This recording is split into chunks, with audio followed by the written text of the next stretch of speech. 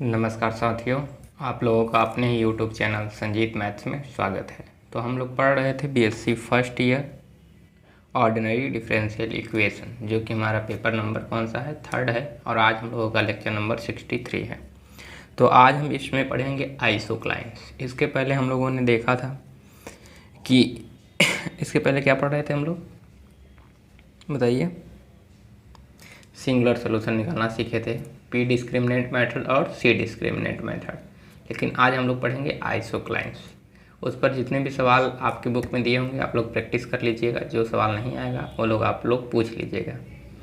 तो ये हमारा आज लास्ट लेक्चर रहेगा 63 और यहाँ हमारा टॉपिक समाप्त हो जाएगा। ठीक, तो आप अब अपना डाउट पूछ सकते हैं क्वेश्चन से। तो जो क्वेश्चन में आपको डाउट होंगे हम आप उस पर वीडियो बना देंगे केवल डाउट सेशन में।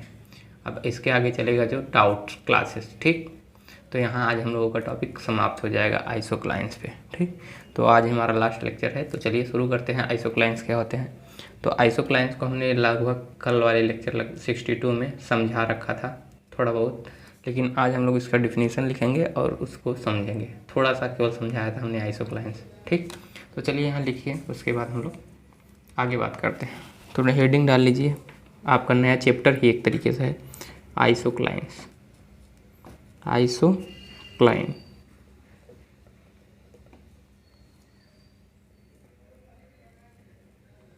ये आपका एक नया चैप्टर ही है।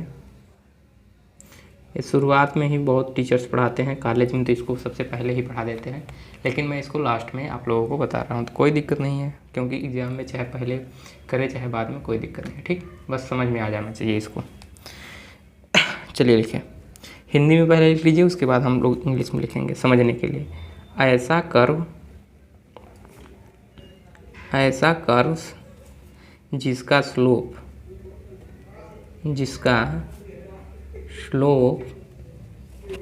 कांस्टेंट हो। हमने अगले लेक्चर में समझाया था कांस्टेंट का मतलब, उसे आइसोक्लाइन कहते हैं। उसे आइसोक्लाइन कहते हैं। ये हमने हिंदी में बताया आपको। ठीक, तो उसे क्या कहते हैं? ऐसा करो कैसा करो जिनके स्लोप्स क्या हो, कांस्टेंट हो। जैसे हमने एक करो बनाया, मान लीजिए यहाँ पर एक करो ऐसा बना दिया इस साइड से, क्लियर। और इसके फैमिली आप करो बनाए हमने। कर्व्स कहने का मतलब एक करो नहीं, एक से अधिक। ये सारे के सारे क्या हैं, कर्व्स हैं। तीसरा करो ऐसे हो गया, ऐसे हो गया। ठीक, अब मान लीजिए इस पर हमने एक एक्सिस बनाया है ऐसे। ठीक, इसके अबाउट हमने देखा, देखिए एक्स एक्सिस वाई एक्सिस बनाएंगे। तो अगर एक्स एक्सिस हमने बनाया, मान लीजिए यहाँ पर ड्रॉ कर दीजिए ऐसे, तो सीधा खींचिए इधर से, ये हो गया एक्स एक्सिस। स्लोप कहने का मतलब एक्स एक्सिस झुकाव उनका कितना है, और इधर मान लीजिए वाई एक्सिस है। ठीक, क्लियर हो गया। लेकिन कर्व हमारा किस तरीके से बन रहा है, इस तरीके से, इधर से ऐसे बन रहा है। ठीक, अब देखिए स्लोप निकाल रहे हैं। स्लोप किसी भी पॉइंट के लिए, मान लीजिए x = 1 पे हम निकालेंगे। यहाँ पर फिर से समझा दे रहे हैं, जो लोग कल नहीं समझ देखे होंगे, जो लोग लेक्चर नंबर 62 नहीं देखे, नहीं समझ पा रहे हैं, उनके लिए। तो ये फैमिली आप कर्व्स हुए। कर्व्स कहने के मतलब एक से अधिक कर्व्स हैं, तो ये सारे कर्व्स हैं।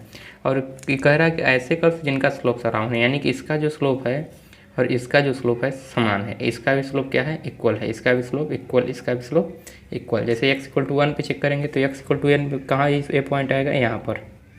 और इधर नीचे आएंगे तो ये पॉइंट कहाँ आएगा, यहाँ पे।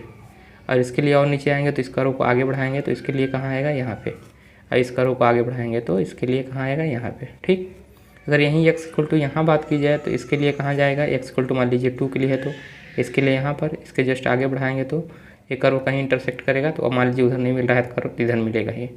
ठीक, अब देखिए हाथ से बनाएं तो हल्का चौड़ा हो सकता है, पतला हो सकता है, लेकिन अगर आप सही से डायग्राम बनाएंगे तो आप लोगों को दिखेगा कि स्लोप कांस्टेंट है।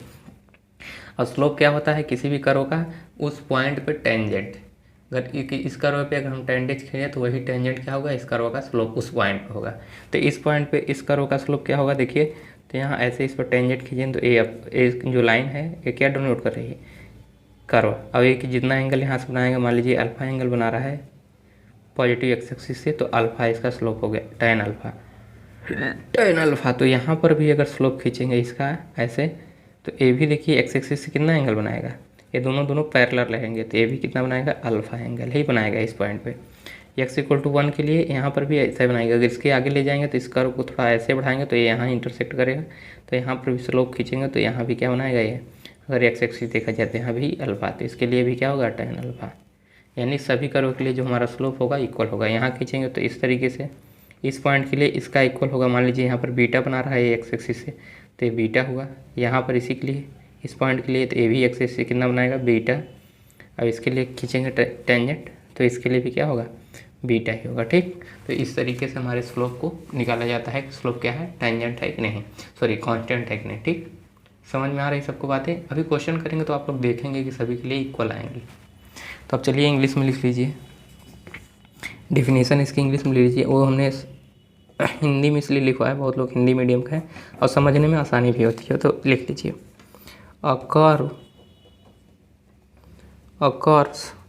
अकर्व लिखिए, चाहे कर्व्स लिख लीजिए या कर्व्स लिखिए, अकर्व लिखिए, हाँ ज़्यादा सही रहेगा। अकर्व ऑफ कांस्टेंट या द कर्व्स लिखिए, ज़्यादा सही रहेगा। The curves of constant slope, constant slope, clear, is called isoclines, isocline. ये हो गया आपका डेफिनेशन। अब नीचे लिखिए isocline method, isocline method is graphically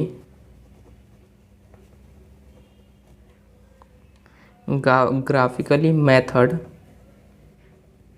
note करके इसे लिख लीजिए एक तरीके से, चाहे इसी में लिख लीजिए डिफिनीशन के नीचे। ठीक, तो नोट मत लिखिएगा, जो लोग नोट में लिखना चाहें नोट में लिख लीजिए, लेकिन जब भी अगर एग्जाम में पूछा जाए कि आइसोक्लाइंस क्या है तो इसको डिफाइन कीजिएगा, इसके बाद नोट मत लिखिएगा वहाँ, इसको सीधे पूरा लिखिएगा स्टेटमेंट को। ठीक, तो कभी कभी 1 नंबर में पूछ लिया जाता है या 2 नंबर पे डेफिनेशन इसका, तो आप लोग डेफिनेशन को याद कर लीजिएगा कि आइसोक्लाइंस क्या है। The curve of constant slope is called क्या, isoclines. The isoclines method is graphically method for drying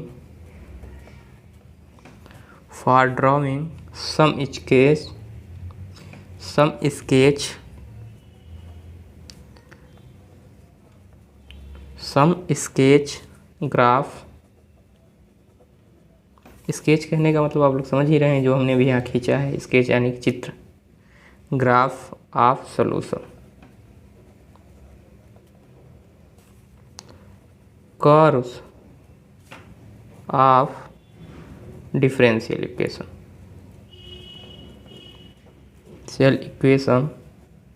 of first order.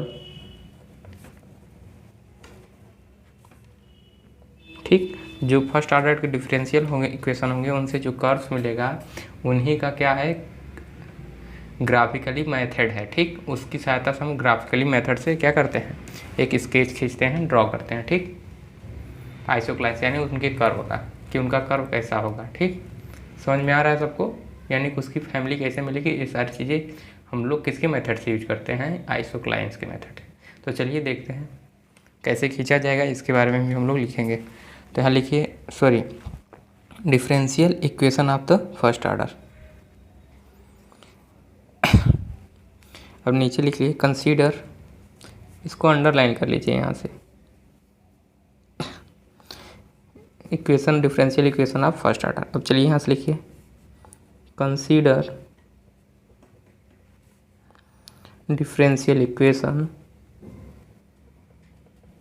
Note हटा दीजिए, नोट मत लिखिए, नहीं तो आप लोग कंफ्यूज रहेंगे कि यहाँ नोट पॉइंट में है, तो हो सके एग्जाम में इसको लिखने के बाद नोट पॉइंट में करके लिख दे। इसको एक साथ में लिखना है। जब भी लिखेंगे आप लोग डिफिनीशन पूछेगा तो इसको, फिर मेथड भी पूछेगा किस लिए यूज किया जाता है, तो आप लोग बताएंगे ग्राफिकली स्केच ड्रॉ करने के लिए किसी भी कर्व का। ठीक, तो कंसीडर डिफरेंशियल इक्वेशन, आप इसको अंडरलाइन कर लीजिएगा कि फर्स्ट ऑर्डर के लिए केवल बनेगा, सेकेंड ऑर्डर के लिए नहीं। आप अगर कोई सेकेंड ऑर्डर का डिफरेंशियल इक्वेशन है d2y/dx² है, तब उसके लिए इसको यूज नहीं करेंगे। ठीक, जब dy/dx ही रहेगा या dx/dt रहेगा, यानी किसी में भी रहे लेकिन फर्स्ट ऑर्डर में रहे वो डिफरेंशियल इक्वेशन, तब यूज करेंगे। ठीक, तब इसको हटा के इसको समझिए। तो अगर ये दिया है तो इसको, ये दिया है तो इसको, लेकिन d2y/dx² दिया है तब उस केस में नहीं, यानी सेकेंड ऑर्डर जहाँ आएगा वहाँ यूज नहीं करेंगे आप। फर्स्ट ऑर्डर चलिए, तो हमारा क्या मानेंगे यहाँ पर dy/dx हमने क्या माना, अपना डिफरेंशियल इक्वेशन, और इधर x, y। अब देखिए यहाँ फंक्शन आपको हम बताएंगे नहीं कि f(x, y) क्या है, क्योंकि हम इसको बार बार एक्सप्लेन कर चुके हैं। dy/dx यानी कि इधर f(x) लिखा है, यानी इधर जो इक्वेशन मिलेगा आपको x और y में ही इक्वेशन मिलेगा। जैसे मान लीजिए x² + y² मिल जाए, f(x) या हो सकता है दूसरा मिल जाए। अगर यहीं दूसरी की बात की जाए तो दूसरा हो सकता है आपको मिल जाए sin x ही केवल मिले, y का कोफिशिएंट 0 हो जाए, या तो हो सकता है f(x, y) कांस्टेंट भी मिल जाए, x और y दोनों का कोफिशिएंट 0 हो जाए, तो ऐसे मिल सकते हैं आपको फंक्शन। फॉर आइसोक्लाइंस नीचे लिखिए, for isoclines we take f(x) y) क्या मानेंगे हम, फंक्शन जो भी दिया रहेगा हमारा फंक्शन, उसको हम k के बराबर, एक कांस्टेंट के बराबर मान लेंगे। वेयर, ये मेथड बता रहा है, for isoclines we take f(x, y) क्या मानेंगे k, वेयर जहाँ k इज कांस्टेंट। क्लियर है। और ऐसा क्यों माने, इसका रीज़न भी समझिए, क्योंकि dy/dx आप लोग पढ़े होंगे क्लास इंटर में ही कि जो ये डिनोट करता है, कि इसको डिनोट करता है स्लोप को, और डिफिनीशन से भी पता है कि हमारा जो स्लोप होना चाहिए वो क्या होना चाहिए, कांस्टेंट। dy/dx क्या होना चाहिए k, और एक कांस्टेंट कब होगा, जब इसकी वैल्यू, जो हमारी फंक्शन की वैल्यू आएगी वो क्या हो जाए, कांस्टेंट। अगर फंक्शन की वैल्यू कांस्टेंट हो जाए, यहाँ कुछ भी हो, अगर इसकी वैल्यू निकालें तो क्या है, हमेशा k ही आए, तो इसकी वैल्यू क्या आएगी, तो इसकी वैल्यू भी क्या आएगी k, यानी dy/dx f(x, y) क्या आएगा k। तो इसकी वैल्यू कुछ भी निकालिए अब तो k ही आएगा, तो यानी स्लोप हमेशा क्या हो जाएगा, स्लोप हमेशा क्या होगा, k। तो k होने का मतलब कांस्टेंट ही हो गया, k कहने का मतलब कांस्टेंट, यानी 3 आ गया इसकी वैल्यू, 3 हमने k मान लिया तो 3 ही रहेगा। ठीक, समझ में आ गया सबको, इसीलिए हमने इसको कहा कि इसे k मानेंगे, और वेयर यहाँ k इज कांस्टेंट। क्लियर होगा ये, जितनी भी चीज़ें हैं सबका रीजन है, और हम रीजन बता के चल रहे हैं आगे आप लोगों को। अब चलिए सवाल लेते हैं, उसके बाद हम लोग सॉल्व करते हैं। तो एक क्वेश्चन लेते हैं, उसके माध्यम से समझते हैं। चलिए पहला क्वेश्चन ले लीजिए, तो क्वेश्चन लिखिए, उसके बाद देखते हैं। यहाँ तक नोट हो गया सबका, चलिए नोट कर लीजिए तभी बढ़ते हैं आगे। हो गया नोट, चलिए आगे चलते हैं। तो लिखिए, यहाँ क्वेश्चन हमारा दिया हुआ है dy/dx = x दिया हुआ है, आपको लिख कर आएगा draw the sketch for this differential equation, ये आइसोक्लाइंस। ठीक, तो ऐसे लिख के देगा, हम डायरेक्ट डिफरेंशियल इक्वेशन ले रहे हैं। आप लोग पेपर उठा के देखिएगा, पहला क्वेश्चन ही मिलेगा, फर्स्ट के ए में ही आपको मिलेगा। अब पेपर उठा के OD का देखेंगे तो उसमें दिया रहता है draw the isoclines for this differential equation, आप फर्स्ट ऑर्डर डिफरेंशियल इक्वेशन के लिए। तो ये हमारा डिफरेंशियल इक्वेशन दिया है, इसका क्या करेंगे, आइसोक्लाइंस ड्रॉ करेंगे। तो चलिए सोल्यूशन कैसे निकाला जाएगा उसको लिखेंगे। सबसे पहले सोल्यूशन लिखेंगे, तो पहले जो हमारा डिफरेंशियल इक्वेशन दिया रहेगा फर्स्ट ऑर्डर का उसको लिखेंगे given that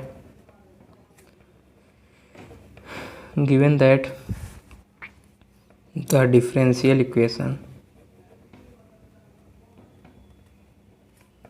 equation of first order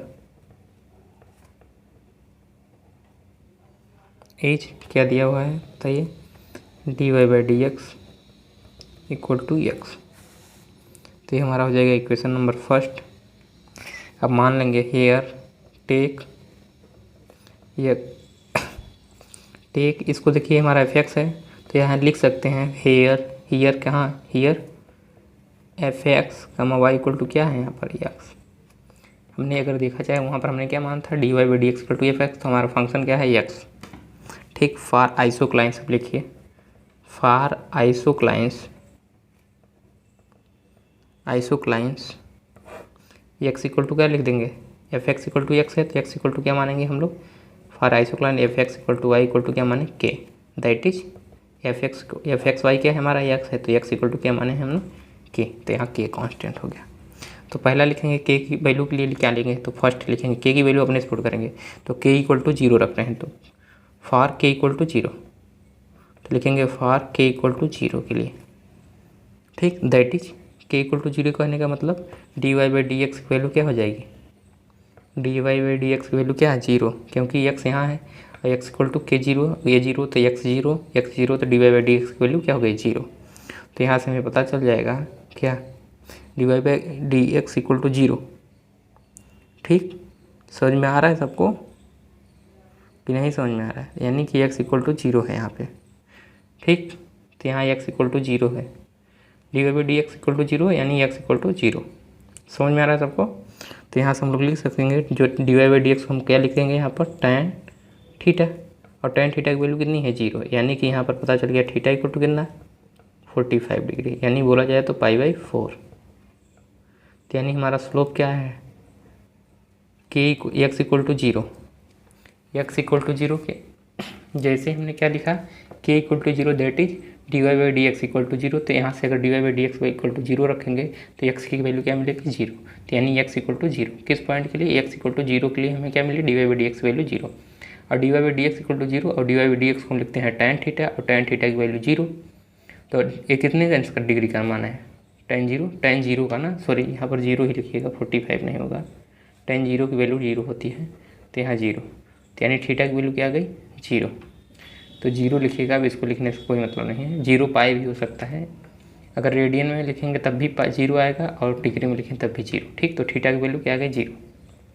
तो यानी एक्स इक्वल टू जीरो पे जो हम स्लोप ड्रा करेंगे वो क्या आएगी, जीरो, यानी कि वो एक्स एक्सिस की क्या आएगी, पैरेलल स्लोप क्या होगी, यानी वो एक्स एक्सिस अगर है हमारा ये वाई एक्सिस, ये एक्स एक्सिस, ये वाई एक्सिस, यानी जो भी कर्व होगा वो उस पर एक्स इक्वल टू जीरो पे, यानी एक्स इक्वल टू जीरो यहाँ, यानी वाई एक्सिस पे होगा वो पॉइंट, वाई एक्सिस पे जो भी हम स्लोप खींचेंगे वो क्या होगा, वो एक्स एक्सिस के पैरेलल होगा। तो अभी ग्राफ ड्रा करेंगे और देखेंगे।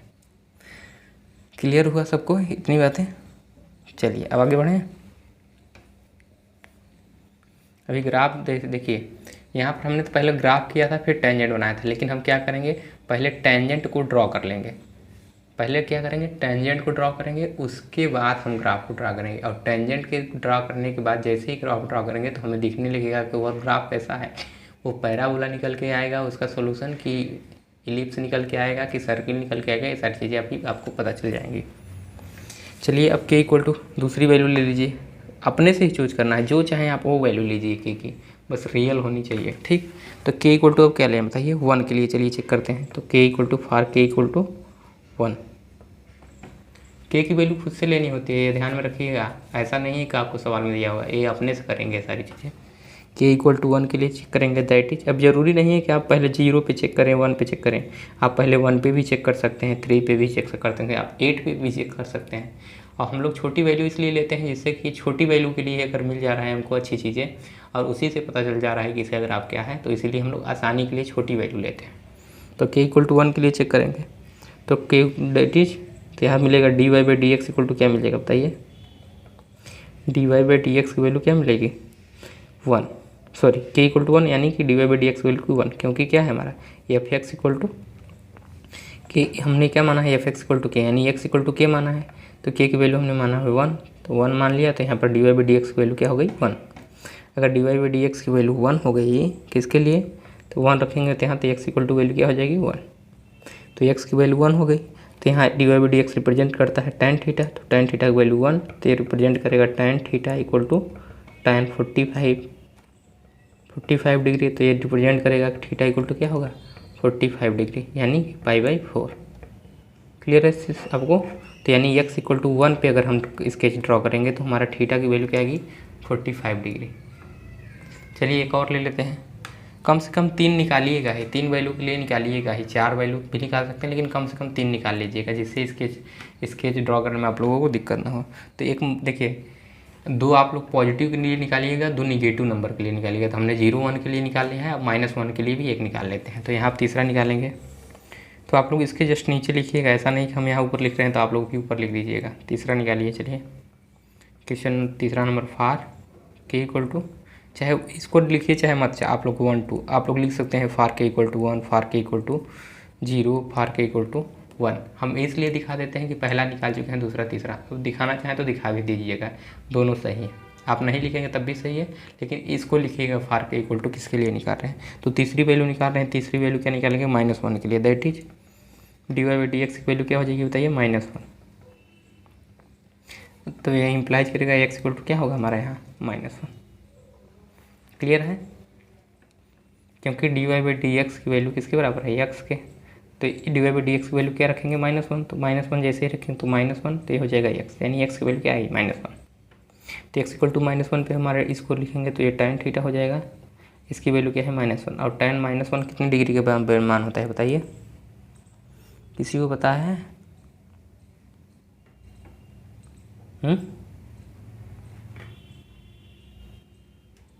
बहुत लोग बोलेंगे -45 डिग्री। तो -45 क्या होता है, tan देखिए दूसरे में कोऑर्डिनेट में क्या होता है, नेगेटिव होता है। तो हम लोग tan को लिख सकते हैं tan क्या, 180 डिग्री -45 डिग्री। तो tan को अगर चेंज करेंगे तब भी tan ही रहेगा, तो इधर माइनस आएगा tan, और 45 लिखेंगे तो क्या हो जाएगा, tan 45 लिख सकते हैं इसको, तो यानी कि -1। और इसको घटा के लिखेंगे तो कितना आ जाएगा, tan 135, हाँ 135, यानी कि यहाँ पर tan की वैल्यू क्या है कि थीटा की वैल्यू, तो यहाँ से लिख सकते हैं हम लोग tan theta equal to tan 135 degree. तो यहाँ से tan 135 को किसके इक्वल लिख सकते हैं, tan 3π/2 कितना बताइए, यहाँ से निकाल लीजिए पाई माइनस π/4। तो यहाँ से निकालेंगे तो यहाँ 4π यानी 3π/2। समझ में आ रहा है, गलत हो जाएगा लग रहा है। ये हुआ 80 डिग्री, ये 45। तो चलिए घटाइए यहाँ से, 4 का 4 में से गया 3π/4, 3π/4, 3π/4 आएगा। ठीक, तो आप लोग यहाँ से थीटा की वैल्यू अगर निकालेंगे तो क्या आ जाएगा, थीटा इक्वल टू 135 डिग्री। इसी को रेडियन में बोला जाए तो 3/4 पाई, यानी 3π/4। तो यानी थीटा की वैल्यू हमारी आ गई। अब चलिए स्केच ड्रॉ करते हैं इसके लिए। तो आप लोग पहले एक्स एक्सिस बनाएंगे, ठीक, इसके बाद वाई एक्सिस। यहाँ लिखेंगे ग्राफ, ठीक, यहाँ लिख लीजिएगा आइसोक्लाइन ग्राफ। यहाँ लिखिएगा ग्राफ, नीचे लिखा जाता है जब भी लिखा जाएगा, तो आप लोग लिखिएगा ग्राफ। ठीक, तो ग्राफ क्या हो गया हमारा, बनाइए चलिए। तो सबसे पहले x इक्वल टू 0 के लिए, तो x इक्वल टू 0 कहाँ मिलेगा हमें, वाई एक्सिस पे x इक्वल टू 0 मिलेगा। यानी यहाँ पर जो हम टेंजेंट मिलेगा हमें किस तरीके से मिलेगा, ड्रॉ करेंगे तो इस तरीके से। x इक्वल टू 0 के लिए यहाँ जैसे एक खंड बना लीजिए, 1 पॉइंट, 2 पॉइंट, तीसरा पॉइंट यहाँ, चौथा पॉइंट यहाँ। अब आगे भी बढ़ेंगे तो यानी स्लोप हमारा किस तरीके से होगा, वही एक्स एक्सिस पर लेते, स्लोप ही खींच रहे हैं, छोटा छोटा खींचिएगा, ऐसा नहीं कि बहुत बड़ी लाइन खींच दीजिएगा, ये छोटा छोटा खंड में छोटे छोटे एकदम ऐसे, जिससे कि आप लोगों को अभी और खींचने हैं। अब दूसरा खींचना है हमारा कि x इक्वल टू किसके लिए है, 0, यानी x की वैल्यू यहाँ भी 0 है, x की वैल्यू यहाँ 0, इस पॉइंट पे 0 है सभी, यानी y एक्सिस पे जो हमारी वैल्यू आती है x की क्या आती है, 0।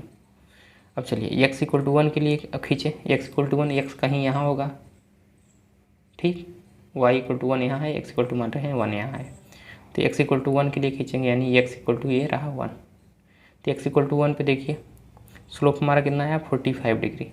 तो यहाँ पर थोड़ा सा इसे ड्रॉ कर लीजिएगा ग्राफ। इसके लिए एक लाइन खींचिएगा आप लोग, दूसरे पेन से खींचिएगा, आप लोग ब्लैक से खींच लीजिएगा जिससे कि दोनों में अंतर दिखेगा। यहाँ दिखा दीजिएगा कि x डैश, y डैश। तो दूसरी लाइन हमारी इसके पैरेलल जाएगी, क्यों, x इक्वल टू 1 कैसे जाएगा, पैरेलल y एक्सिस के पैरेलल। तो y एक्सिस के पैरेलल हमने ड्रॉ किया एक लाइन। x इक्वल टू 1 का इक्वेशन क्या होता है, y के एक्सिस के पैरेलल। क्लियर है सबको, किनको नहीं पता है वो जाने। तो इसके पैरेलल हो गया। अब टेंजेंट खींचना है इस लाइन पे, तो x इक्वल टू 1 पे क्या करना है, 45 डिग्री बनाते हुए x एक्सिस से। तो यानी इधर x एक्सिस है तो इससे 45 बनाएंगे तो कम से कम 45, यानी बीचों बीच जाना चाहिए स्लोप हमारा। तो कुछ इस तरीके से बनेगा स्लोप हमारा, यानी यहाँ से 45 डिग्री। और इस पॉइंट के लिए बनाएंगे यहाँ पर, तो इसके लिए भी क्या बनाएंगे, इस तरीके से 45। इसके लिए यहाँ बनाएंगे तो क्या बनाएंगे, 45। फिर यहाँ बनाएंगे तो इसके लिए भी क्या बनाएंगे, 45। यहाँ भी बनाएंगे तो 45, एक्स एक्सिस से 45 बनना चाहिए। तो दूसरा हमारा क्या बना स्लोप, इस तरीके से 45 पे। और फिर x इक्वल टू -1 पे आए इधर, तो -1 कहीं यहाँ होगा, तो x इक्वल टू -1 पे। क्लियर, तो -1 के लिए ड्रॉ करेंगे तो इसे यहाँ पर भी एक लाइन स्ट्रेट लाइन खींचेंगे y एक्सिस के पैरेलल। ये दोनों के बीच के देखिए डिस्टेंस इक्वल ही होगा। अब हम बना रहे हैं तो थोड़ा दूर और पास दिख सकता है आपको, लेकिन ये दोनों इक्वल ही हैं, क्योंकि +1 इधर जितना इधर जाएंगे -1 इधर जाएंगे, डिस्टेंस इक्वल होगा, बस डायरेक्शन चेंज हुआ है। तो यहाँ हमें ड्रॉ करना है कितना, 135 ना। 135 कहने का मतलब 45 ही, -45 4/5, तो उसी को -135 कहते हैं। तो -135 ड्रॉ करेंगे तो कुछ इधर इस साइड बनेगा। तो यानी ये एक्स एक्सिस ऐसे रहेगा ही यहाँ पर। इसके लिए इसके सामने कौन सा पॉइंट आएगा, ये पॉइंट, और इसके सामने जस्ट ए वाला पॉइंट, इसके सामने ए वाला पॉइंट, और इसके जस्ट सामने ए वाला पॉइंट। तो यहाँ ड्रॉ करना है। तो यानी एक तरीके से मान लीजिए ये एक्स एक्सिस है। अब यानी इसके बीच ऐसे जो ड्रॉ होगा 45 डिग्री का कोण इधर से, वही होगा इसके लिए क्या 135। इसको इस तरीके से थोड़ा बनेगा हमारा स्लोप, इस तरीके से 45। फिर यहाँ ड्रॉ करेंगे तो इसके लिए भी ऐसे 45 डिग्री, इसके लिए ड्रॉ करेंगे तो 35 डिग्री, इस ए से ड्रॉ करें 35। अब क्या करना है, जितने भी पॉइंट्स हैं स्लोप के उन सबको ज्वाइन कर देना है। तो उससे आप लोग देखेंगे एक कर्व बनेगा। तो देखिए यहाँ पर जो पॉइंट था इसके लिए, तो इसको हम लोग क्या करेंगे, ज्वाइन करेंगे। तो जैसे ही ज्वाइन करेंगे तो आप लोग देखेंगे कि एक क्या बनेगा, हमारा कर्व बनेगा। तो चलिए ड्रॉ करते हैं इस कर्व को, किया जाए, चलिए करते हैं। तो देखिए यहाँ पर एक पॉइंट था हमारा, यहाँ पर, तो इसको ड्रॉ करेंगे तो कुछ इस तरीके से हमारा बनेगा कर्व। आगे भी इस तरीके से मिलेगा, यानी ऐसे ज्वाइन कर सकते हैं इसको।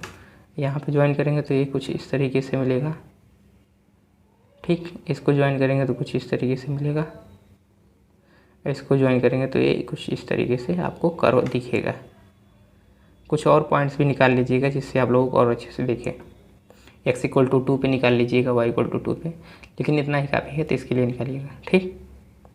समझ में आ रहा है, ठीक। ऐसे ही नीचे भी ड्रॉ करेंगे, ये सब वैल्यू निकालने करके ऐसे मान लीजिए यहाँ पर कांस्टेंट था, यहाँ पर 45, तो ऐसे 45 45 45। इसके जस्ट बगल में यहाँ पर जो हमारा पॉइंट है उसके लिए, इसके जस्ट बगल में इसके लिए, फिर यहाँ पर ड्रॉ करेंगे तो इसके लिए क्या ड्रॉ करना होगा 135। तो ऐसे ड्रॉ करेंगे यहाँ पर 135, इसके लिए क्या करना होगा 135।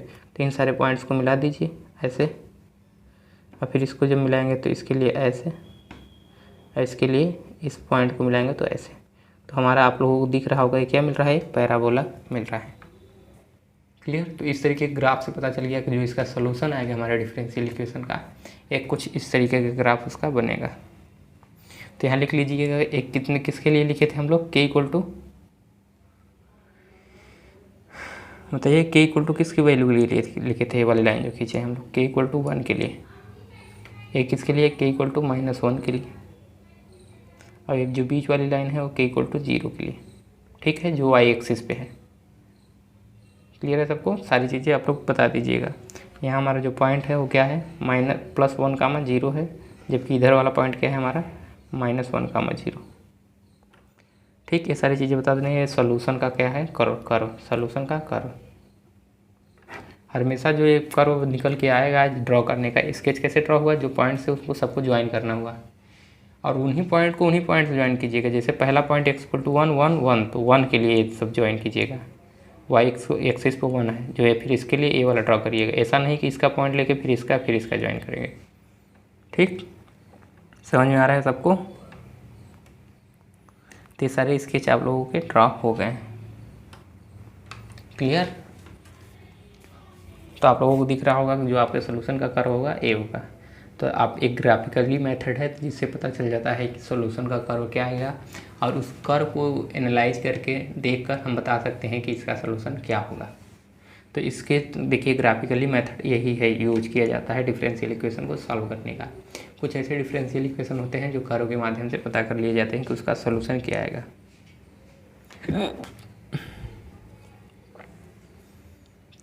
समझ में आया सबको।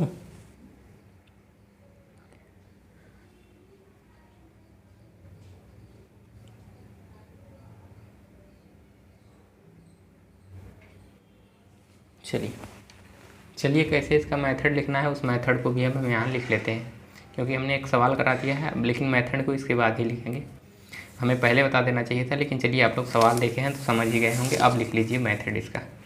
तो हेडिंग लगा लीजिए, draw some isoclines for value of k। Draw some आइसोक्लाइन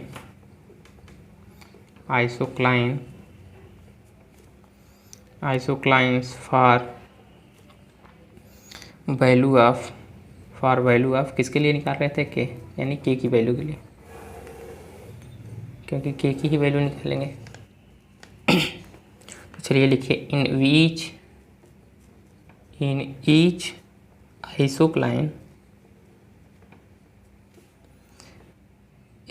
आइसोक्लाइन draw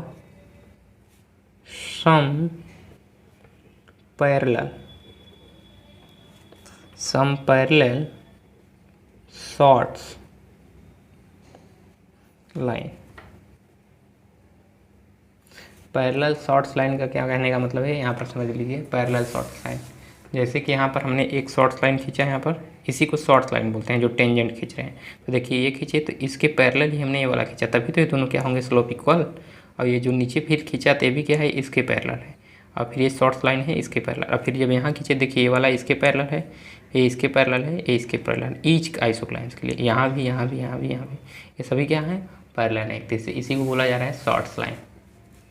तो समझते चलिए किसको क्या कहा जा रहा है, ठीक। लाइन सेगमेंट माने कि टुकड़ा है, सेगमेंट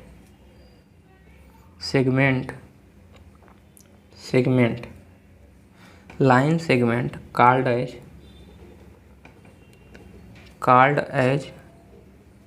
लीनियरली इसको पढ़ा जाता है, ठीक। लीनियरली, ठीक। एलिमेंट्स लीनियरली मत समझ लीजिएगा, इसे पढ़ा जाता है लीनियरली, यल है यहाँ पर केवल। एलिमेंट विथ स्लोप के, यानी उसका स्लोप क्या होगा, के। तो के की ही वैल्यू हम लोग निकाल रहे थे, tan थीटा इक्वल टू कितना आएगा, क्लियर। विथ स्लोप के, दिस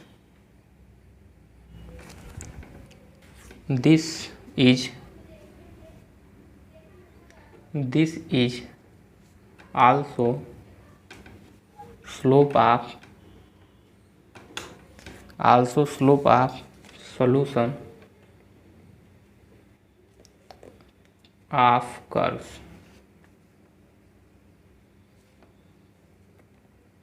ठीक।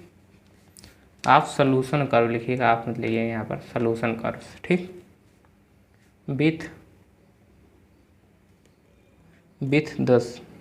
the help of lineal पढ़ा जाता है, लीनियरली मत पढ़िएगा, लीनियल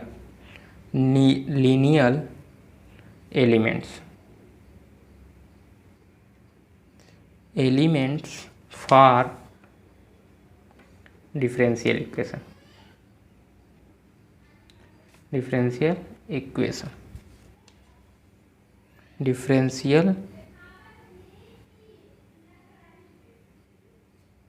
सॉरी यहाँ डिफरेंशियल नहीं रहेगा, यहाँ पर फॉर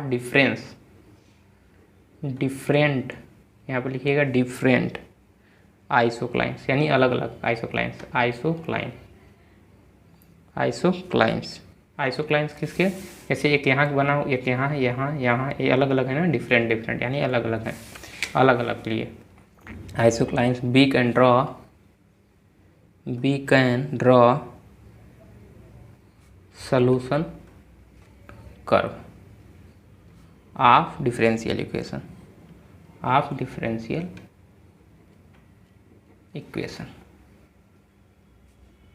क्लियर है, सबको बात समझ में आई। डिफिनीशन यहाँ पे क्या कह रहा है, यहाँ पर जो लीनियल कहा जा रहा है, लीनियल शॉर्ट्स, ये हमारे छोटे खंड हैं जो हम लोग टेंजेंट खींच रहे हैं, इसको क्या बोल रहा जा रहा है, लीनियरली। तो आप लोग अलग से नाम लिख लीजिएगा इसका, लीनियरली नहीं, लीनियल, ठीक, शॉर्ट्स। और ये क्या होंगे, एक दूसरे के पैरेलल होंगे, जैसे पहले के पैरेलल, ऐसे पैरेलल चलेगा। जैसे यहाँ पर हमने एक स्ट्रेट लाइन खींचा तो इस पर जो हमने बनाया 45 डिग्री, तो दूसरा वाला जो बनाएंगे 45 डिग्री, यानी ये वाला इसके पैरेलल होगा, फिर इसके पैरेलल ये तीसरा वाला। फिर दूसरा हमने क्या बनाया था कि एक्स एक्सिस पैरेलल, तो एक्स एक्सिस के पैरेलल ही, इस पॉइंट के नज़दीक एक्स एक्सिस पैरेलल, फिर इस पॉइंट के नज़दीक एक्स एक्सिस के पैरेलल। क्लियर हो रहा है सबको। तो ऐसे हम लोग ड्रॉ करेंगे। समझ में आ रही सभी को बातें? किसी को कहीं भी दिक्कत होगी तो बता दीजिएगा आप लोग कि हाँ हमें यहाँ दिक्कत हो रही है। ठीक है, आगे बढ़ा जाए। सबका हो गया हो तो बता दीजिए, आगे बढ़ जाए। ठीक, चलें।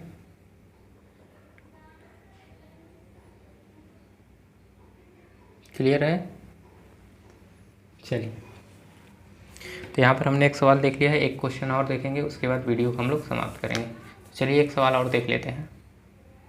चलिए दूसरा क्वेश्चन लिखिए, क्वेश्चन नंबर 2, जिससे आप लोगों को एकदम डाउट क्लियर रहे इसको करने के लिए। और ये 5 मार्क्स में पूछा जाएगा और इजी बहुत रहता है। जो लोग पढ़े रहते हैं वो कर लेते हैं। हमारा डिफरेंशियल इक्वेशन इस बार दिया है dy/dx equal to x + y। तो यहाँ सोल्यूशन लिखिए इसका, लिखिए given that the differential equation is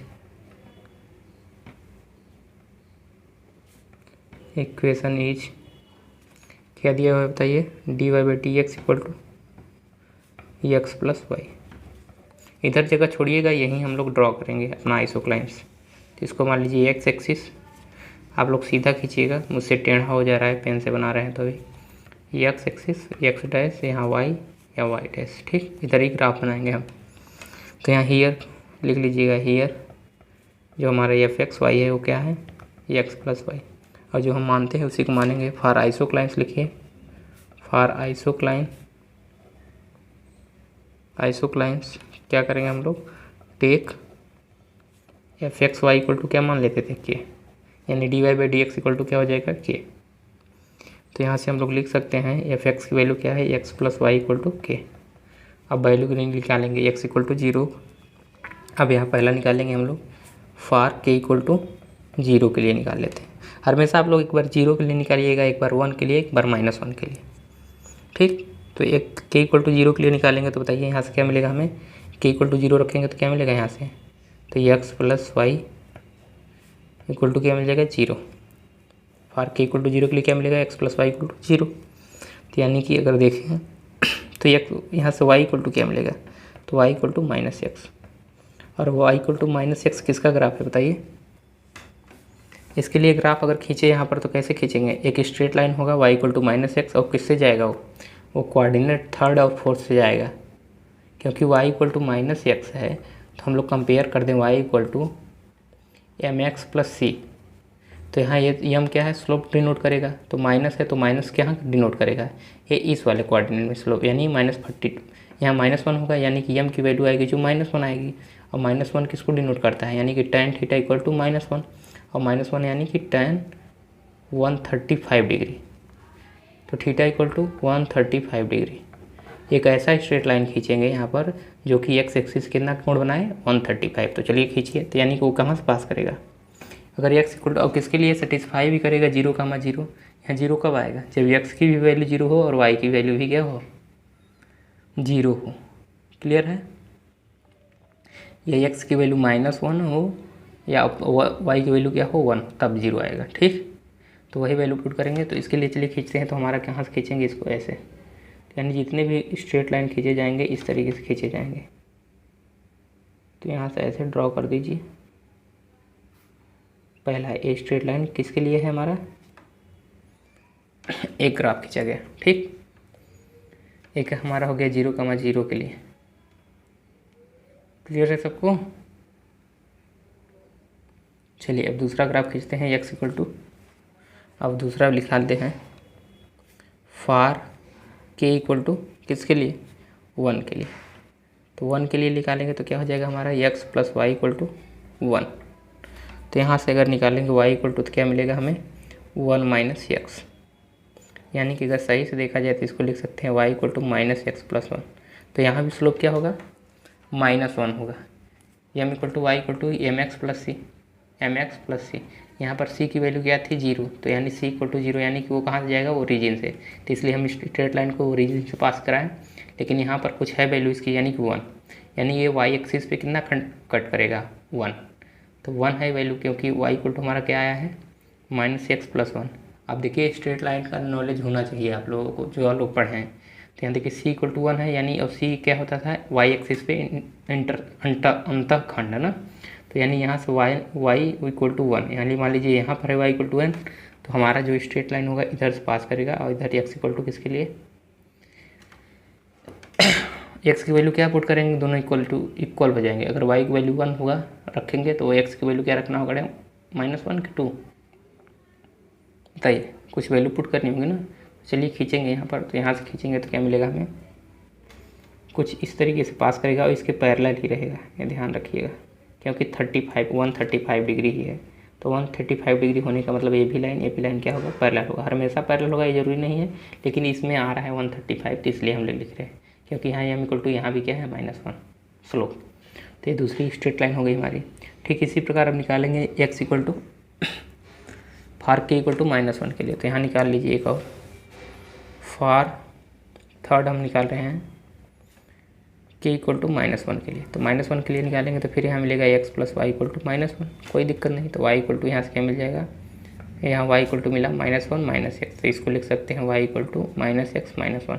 तो ये -1 हुआ, तो -1 होने का मतलब अपोजिट डायरेक्शन में यहाँ -1 होगा, कुछ कितना ऊपर उतना नीचे, और एक्स इक्वल टू कितना -45 डिग्री। तो इसको फिर कहाँ ले जाएंगे, -45 यानी कि 135। तो इसको भी इस तरीके से ड्रॉ करेंगे कि एक्सिस से कितना बनाए 135, यानी कि इसी साइड में आएगा ये भी।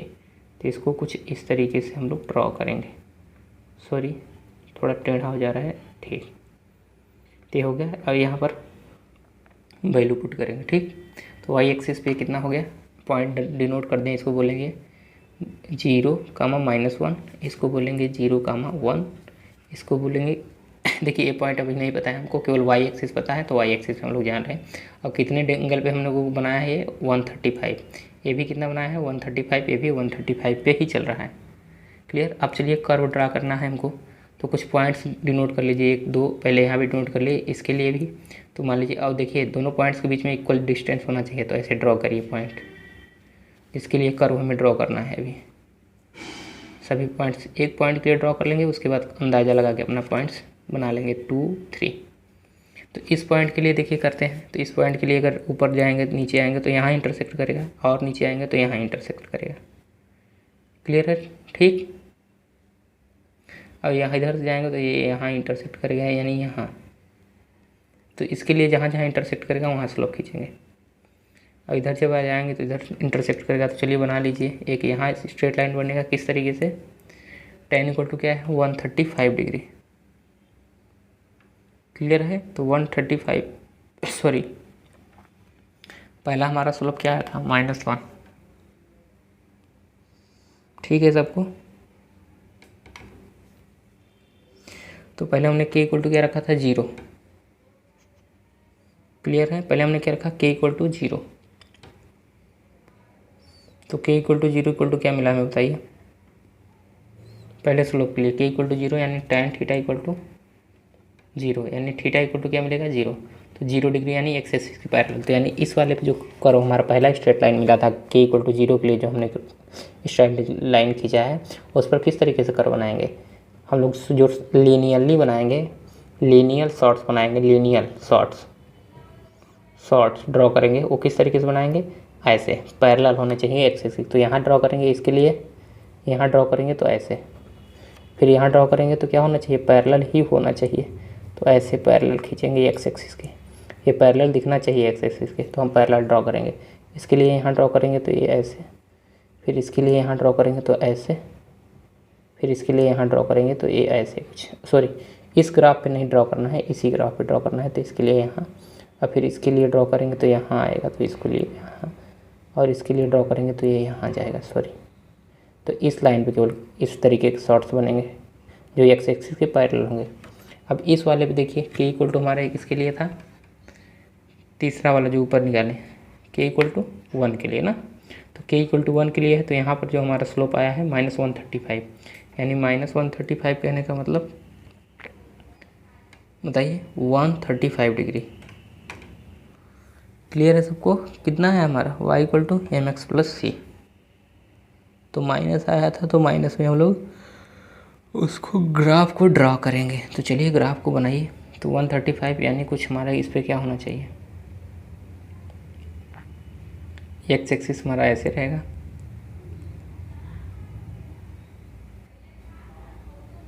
कैसे ड्रा होगा बताइए आप लोग।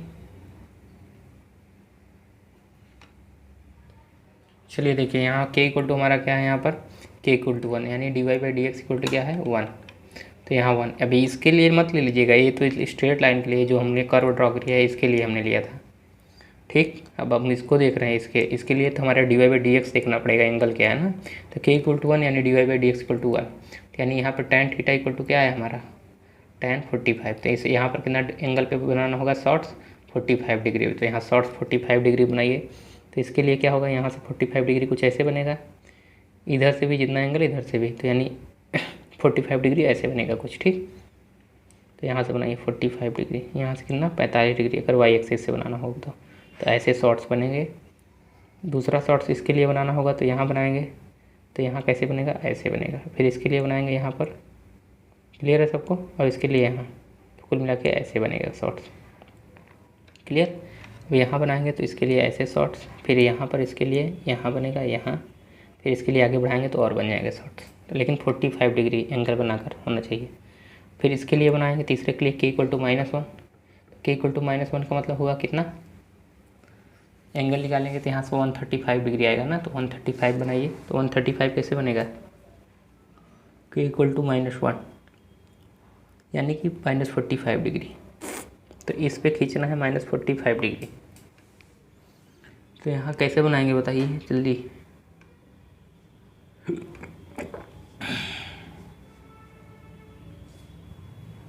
किसी को कोई आइडिया हो तो बता दीजिए।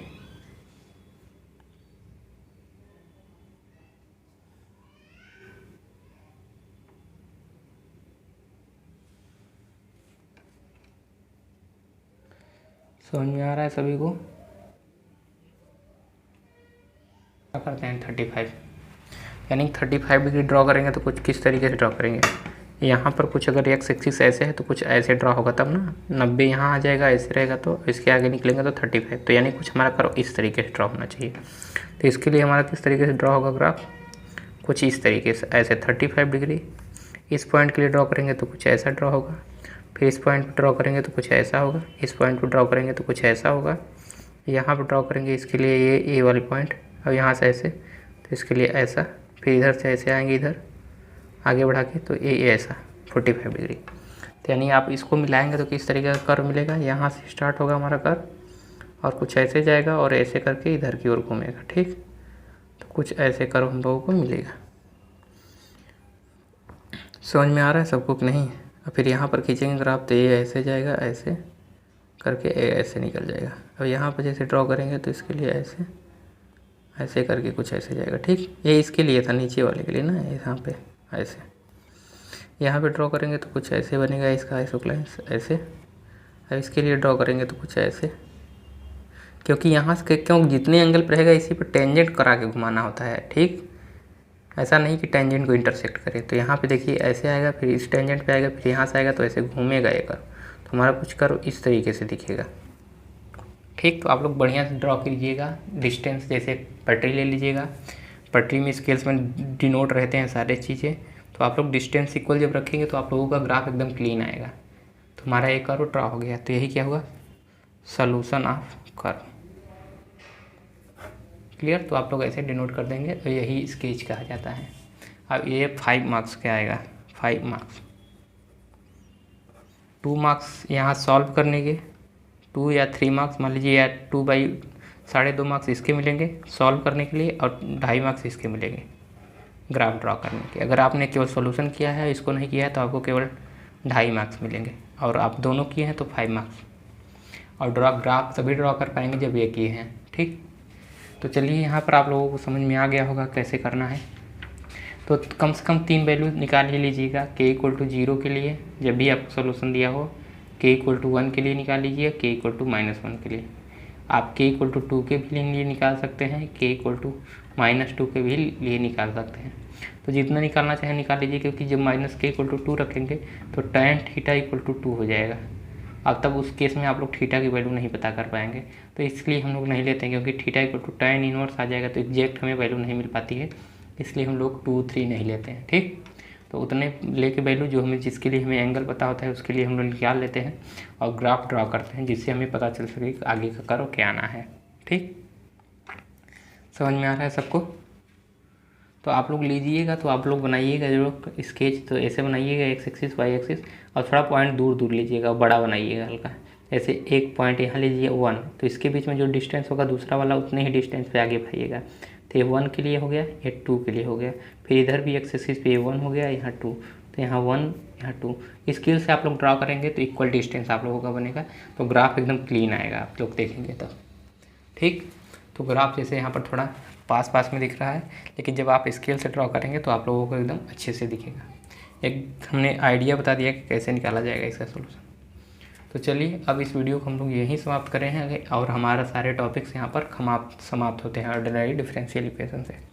अब रह जाते हैं आप लोगों के क्वेश्चन। जो भी क्वेश्चन होंगे आप लोग कमेंट कर दीजिएगा या टेलीग्राम पर भेज दीजिएगा कि हमारे ये क्वेश्चन फंस रहे हैं अभी भी ऑर्डिनरी डिफरेंशियल इक्वेशन के, तो हम आपको बता देंगे। ठीक, तो चलिए वीडियो देखने के लिए आप सभी का बहुत बहुत धन्यवाद, और आज हमारा यहाँ टॉपिक ख़त्म होता है। अब इसके आगे कोई भी वीडियो आप लोगों को नहीं मिलने वाली। ठीक, तो आप लोग पढ़ाई यहाँ तक करते रहिए अपनी अच्छे से। अब जो भी डाउट्स होंगे उस पर बता दीजिएगा, तो या तो हम आप उसका सॉल्यूशन भेज देंगे टेलीग्राम पे, या तो उस पर हम वीडियो बना देंगे। ठीक, लेकिन यहाँ पर हमारा टॉपिक क्या होता है, समाप्त।